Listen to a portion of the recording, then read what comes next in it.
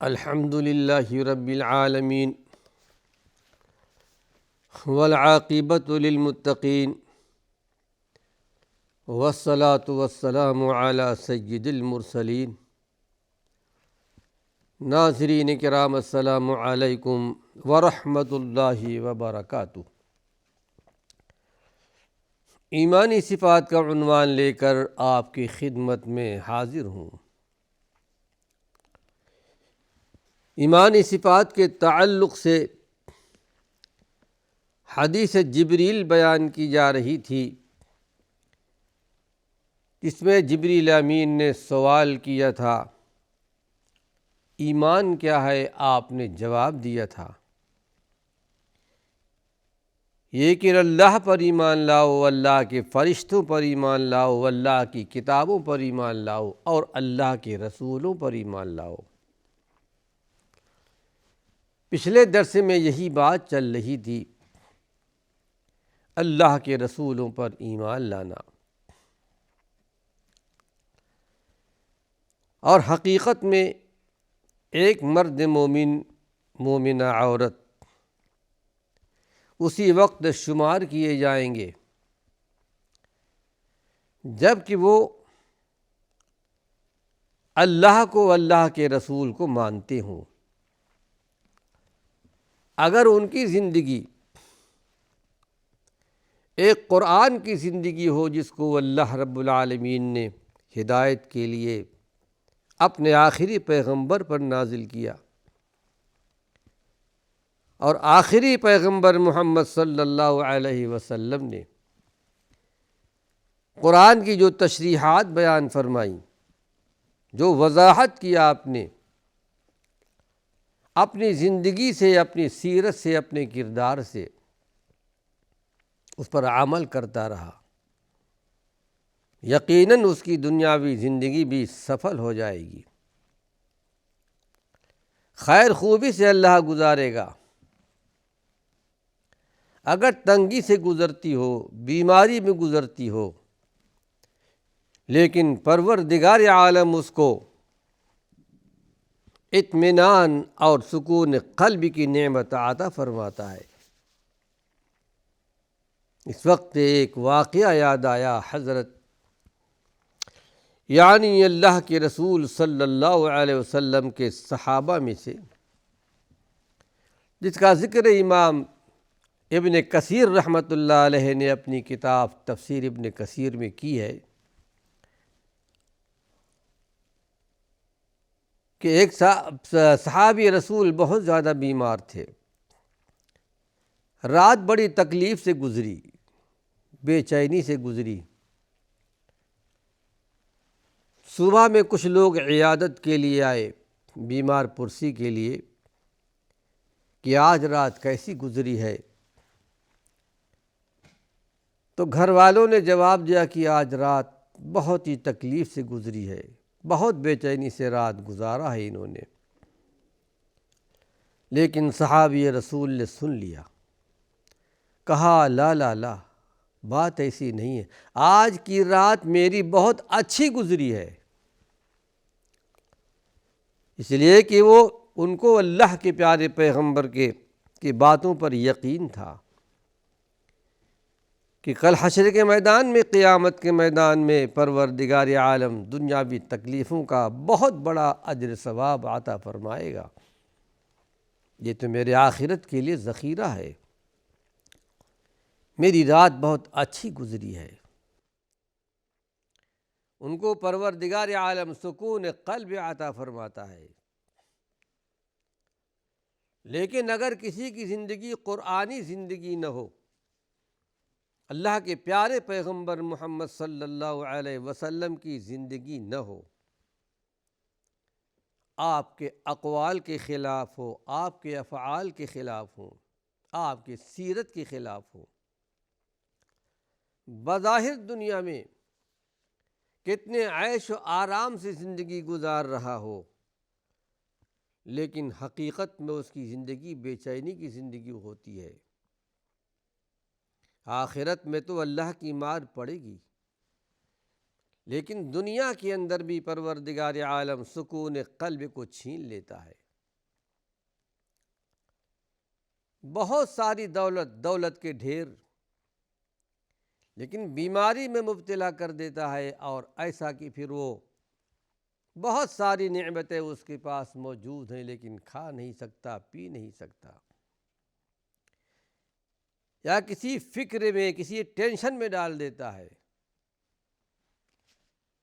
یعنی دنیا میں بھی اللہ کی پکڑ، آخرت میں بھی اللہ کی پکڑ۔ رب ذوالجلال ہم کو اور آپ کو اس سے محفوظ رکھے۔ قرآن کے بعد اللہ کے رسول صلی اللہ علیہ وسلم کی زندگی، آپ کی احادیث، اور یہی بیان چل رہا تھا۔ لیکن انبیاء علیہم السلام کی اپنی ایک حیثیت تھی، ایک مقام تھا، ایک درجہ تھا، جو درجہ اللہ رب العالمین نے اپنا رکھا ہے، وہ درجہ کسی کو مل نہیں سکتا، نہ فرشتوں کو، نہ انبیاء کو، نہ امام الانبیاء محمد صلی اللہ علیہ وسلم کو۔ ہر ایک کے اپنے درجے ہیں، اپنے مراتب ہیں۔ اللہ کے رسول صلی اللہ علیہ وسلم کا درجہ انسانوں میں، ولد آدم میں بہت بڑا درجہ، بہت بڑا مقام، لیکن اللہ کا مقام ان کو بھی نہیں دی جا سکتا۔ بشریت تھی، مخلوق تھے، الوہیت یا ربوبیت کی کوئی خاصیت ان کے اندر نہیں تھی۔ یقیناً اللہ کے پیارے پیغمبر تمام رسولوں میں سب سے بہتر رسول، افضل رسول۔ پھر آپ کے بارے میں ارشاد ہے، اس کے باوجود کہ مخلوق میں اللہ کے بعد کسی کا درجہ، کسی کا مقام تو آپ کا ہو سکتا ہے، لیکن قرآن حکیم میں اللہ نے آپ کے لیے بیان فرمایا، قُل لَا أَمْلِكُ لِنَفْسِي نَفْعًا وَلَا ضَرًّا إِلَّا مَا شَاءَ اللَّهُ۔ اے ہمارے پیغمبر محمد صلی اللہ علیہ وسلم، آپ ارشاد فرما دیجئے، یہ سورہ الاعراف کی آیت ہے، کہ میں اپنے ذات کے نفع نقصان کا مالک نہیں ہوں، مگر وہی جو اللہ چاہے۔ میں اگر چاہوں کہ بہت ساری بھلائیاں اکٹھا کر لوں، تکلیف سے بچ جاؤں، نہیں ہو سکتا۔ یہ فیصلہ تو عرش والے کا ہے، اللہ رب العالمین کا ہے۔ وَلَوْ كُنْتُ أَعْلَمُ الْغَيْبَ لَاسْتَكْثَرْتُ مِنَ الْخَيْرِ۔ اگر میں غیب کی بات جانتا، آگے کیا ہونے والا ہے، تو بہت ساری بھلائیاں جمع کر لیتا، کوئی تکلیف مجھ کو نہیں پہنچتی۔ بہت سارے ایسے واقعات گنائے جا سکتے ہیں۔ ان انا الا نذیر و بشیر لقوم یؤمنون۔ اے ہمارے پیغمبر، آپ ارشاد فرما دیجئے، میں صرف کیا ہوں، اللہ کی طرف سے نذیر بھی ہوں، اللہ کی طرف سے بشیر بھی ہوں، اللہ کے عذابوں سے ڈرانے والا بھی ہوں۔ جو اللہ کی بات مان لے، میری بات مان لے، میں اس کے لیے بشارت دینے والا ہوں، اور جو نہیں مانتا، انکار کر دیتا ہے، میں اس کو ڈرانے والا ہوں کہ وہ اللہ کے عذاب سے، اللہ کی پکڑ سے بچ نہیں پائے گا۔ یہ اللہ کے پیارے پیغمبر کا مقام تھا، اس لیے کہ اس چیز کو اللہ نے اپنے ہاتھ میں رکھا ہے، نفع دینا یا نقصان پہنچا دینا۔ جیسا کہ حدیث شریف میں آتا ہے، اگر دنیا کی ساری طاقت مل کر کسی کو نقصان پہنچانا چاہے، لیکن پروردگار عالم کا اگر فیصلہ نہیں ہے، نقصان نہیں پہنچ سکتا۔ تمام انسان اور جنات مل کر کسی کو فائدہ پہنچانا چاہیں، لیکن خالق کائنات کا، اللہ رب العالمین کا فیصلہ نہیں ہے تو فائدہ نہیں پہنچا سکتے، مگر وہی جو اللہ نے اس کی قسمت میں لکھ دیا ہے۔ یہ ساری چیزیں اللہ رب العالمین کے لیے۔ پھر یہ کہ آپ غیب کی بات نہیں جانتے تھے، لیکن ہاں، وہی غیب کی خبریں جو اللہ کی طرف سے آپ کو ملتی تھیں وہ آپ بتایا کرتے تھے، کیونکہ قرآن حکیم کی آیت ہمیں بتاتی ہے، آخری پارہ اٹھا کر کے دیکھیے کہ وما هو علی الغیب بضنین، ہمارے پیغمبر محمد صلی اللہ علیہ وسلم غیب پر بخیل نہیں تھے، یعنی آسمانی خبریں، غیب کی خبریں جو آپ کو پہنچائی جا رہی تھیں، آپ من وعن اس کو بیان کر دیتے تھے، کیونکہ آپ پر اللہ نے یہ آیت نازل فرمائی تھی، یا ایھا الرسول، جہاں الرسول کا لفظ آئے یہ معرفہ کا صیغہ ہوتا ہے خاص، اس سے مراد اللہ کے رسول صلی اللہ علیہ وسلم ہے۔ اے ہمارے پیغمبر محمد صلی اللہ علیہ وسلم، جو پیغام آپ کو دیا جا رہا ہے آپ کی امت کے لیے، وہ چاہے قرآن کے ذریعے سے ہو یا چاہے وہ وحی جو جس کو وحی خفی کہا کرتے ہیں، وحی مطلوع غیر مطلوع، یہ بیان انشاءاللہ آگے آئے گا کہ قرآن کے علاوہ بھی آپ کو دیا گیا تھا۔ اے ہمارے پیغمبر، آپ بالکل من وعن پہنچا دیجئے جو آپ پر نازل کیا جا رہا ہے۔ وَإِن لَّمْ تَفْعَلْ، لیکن اگر آپ نے ایسا نہیں کیا، مَا بَلَّغْتَ رِسَالَتَهْ، گویا کہ آپ نے رسالت کا حق ادا ہی نہیں کیا اور آپ نے من وعن پہنچا دیا تھا۔ جیسا کہ عرفات کے میدان میں اللہ کے پیارے پیغمبر کے بہت سارے خطبات جو امت کے حوالے آپ نے کیا تھا، تقریباً 1.25 صحابہ انصار و مہاجرین موجود تھے اور دوسرے مقام کے بھی لوگ تھے۔ آپ نے صحابہ سے پوچھا تھا، سوال کیا تھا، کیا میں نے اللہ کا پیغام تم تک پہنچا دیا ہے؟ صحابہ نے ایک زبان ہو کر کہا، یقیناً بلغت وادیت ونصحت، اے اللہ کے نبی صلی اللہ علیہ وسلم، آپ نے سب کچھ پہنچا دیا ہے، نصیحت فرما دی، رسالت کا حق آپ نے ادا کر دیا۔ اس کے بعد اللہ کے پیارے پیغمبر محمد صلی اللہ علیہ وسلم نے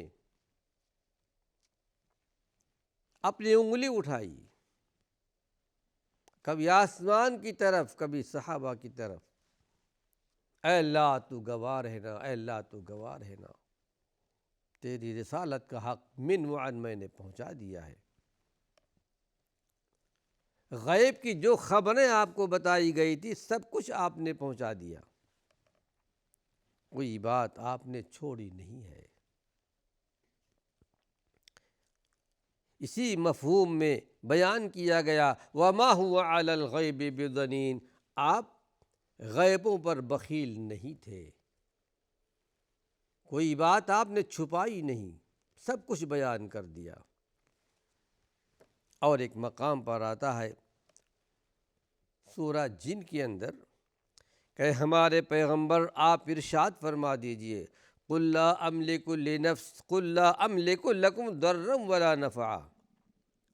پہلی آیت میں یہ بات تھی کہ میں اپنے ذات کے نفع نقصان کا مالک نہیں ہوں۔ اس آیت میں کہا گیا، آپ کہہ دیجئے کہ میں تمہارے ذات کے نفع نقصان کا مالک نہیں ہوں، نہ میں تمہیں نفع دے سکتا ہوں نہ نقصان پہنچا سکتا ہوں۔ قُلْ إِنِّي لَن يُجِيرَنِي مِنَ اللَّهِ أَحَدٌ وَلَنْ أَجِدَ مِن دُونِهِ مُلْتَحَدًا۔ ہمارے پیغمبر آپ ارشاد فرما دیجئے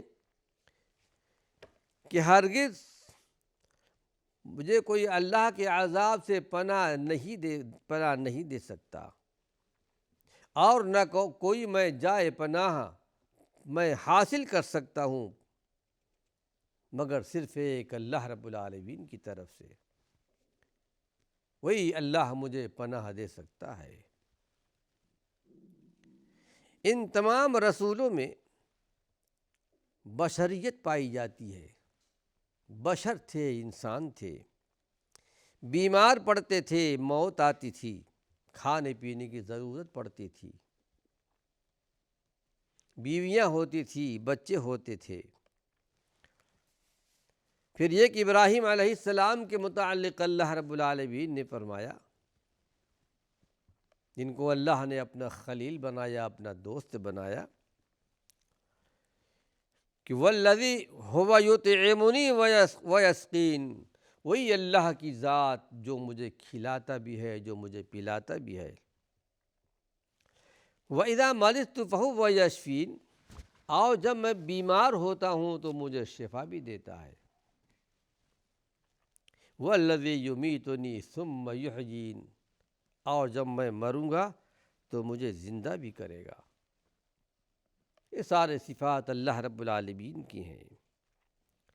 پھر اللہ کے پیارے پیغمبر نے اپنے تعلق سے بیان فرمایا، ناظرین کرام، یہ انبیاء علیہم السلام کا تعارف کی کرایا جا رہا ہے، اور اللہ کے آخری پیغمبر محمد صلی اللہ علیہ وسلم کا جو مقام تھا وہ آپ کو بتایا جا رہا ہے، کیونکہ انبیاء علیہم السلام پر ایمان لانا من وعن، جو ان کی اپنی حیثیت ہے، اپنا مقام، اپنا درجہ ہے۔